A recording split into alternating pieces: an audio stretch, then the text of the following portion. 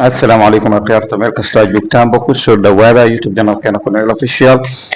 Tababaraha Liverpool Arne Slot ayaa ka hadlay kheyladii taageerayaasha kadib markii Raya Gomoha uu bedel ku sameeyay. Dad badan ma aysan ku qanacsanayn bedelkaasi. Wuxuu qabay dhibaato muruqa ah markii aan weydiiyay. Wuxuu ii sheegay inuusan hubin inuu sii ciyaari karo ciyaarta.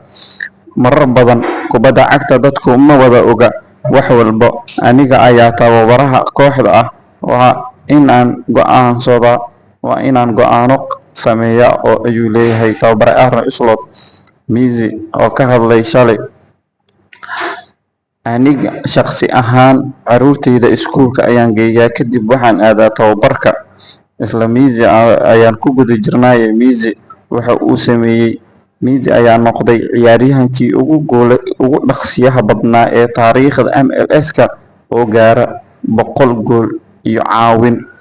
64 kulan oo MLS-ka u ciyaaray, 41 gool ayuu caawiyay halka 59 gool oo dhaliyay. Goolashiisa marka la isku dardaro ayaa waxay gaarayaan 907 gool guud ahaan xirfadiisii goolasha iyo halka 410 gool oo caawin ah. Master record jibiyay ninkan. Dhanka kale haddii aan imaano mashiinka Premier League ee Erling Haaland ayaa sameeyay 111 gool iyo 24 caawin inta uu imaaday gudaha Premier League. Wuxuu taasi ku gaaray kaliya 131 kulan oo ciyaaray. Waa mashiin, waa unstoppable. Goolkii shalay uu dhaliyay Michael Olise ayaa noqday ciyaaryahankii ugu horeeyay ee sameeya 15 gool plus 15 gool oo caawin ah oo Bundesliga tan iyo Jadon Sancho xilli ciyaareedkii 2019-2020 si buuxda ayuu ugu dhex ifaya Jarmalka.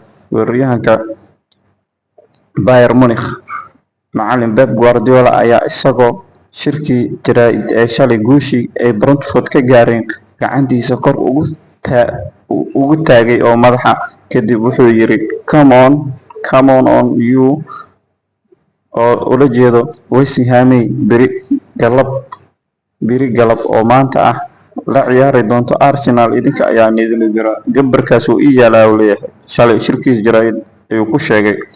Waa taageerihii Manchester United. Waa taageerihii Manchester United oo shalay doonayay guushiisii afraad oo xiriir inuu gaaro, balse eber ayaa lagu qabtay Manchester United shalay. Taasi waxay ka dhigan tahay waxay leedahay Manchester United sanadkan waxba ma ku qaban karno. Sanadka dambe isoo adkay. Sanadka dambe 5 kulan ee ugu horeyso horyaalka Premier League timaha ayaa lagaga xiiri doonaa leeyahay. Ninkaan ugu maadsana sir rasmi ah Manchester City ayaa ka sareysan doonta Manchester United kala sareynta Premier League xilli ciyaareedkii 13aad oo xiriir ah. Manchester United dhulka ayaa lagu jiiday 13 xilli ciyaareed oo xiriir ah. Manchester United ma la arkayo oo ka sareysa Manchester United kaliya. Waxaa la arkaa Manchester City oo koreysa, Manchester United oo hooseysa. Ku soo afmeeraynaa. والسلام عليكم ورحمة الله وبركاته. وإنه الكلاسيكو يكون كمان إيش اللي هو الحياة أرسنال ويست هام كورن كاسي محاكا لها هاي قيبتكم انتقا نقولوا ذلك.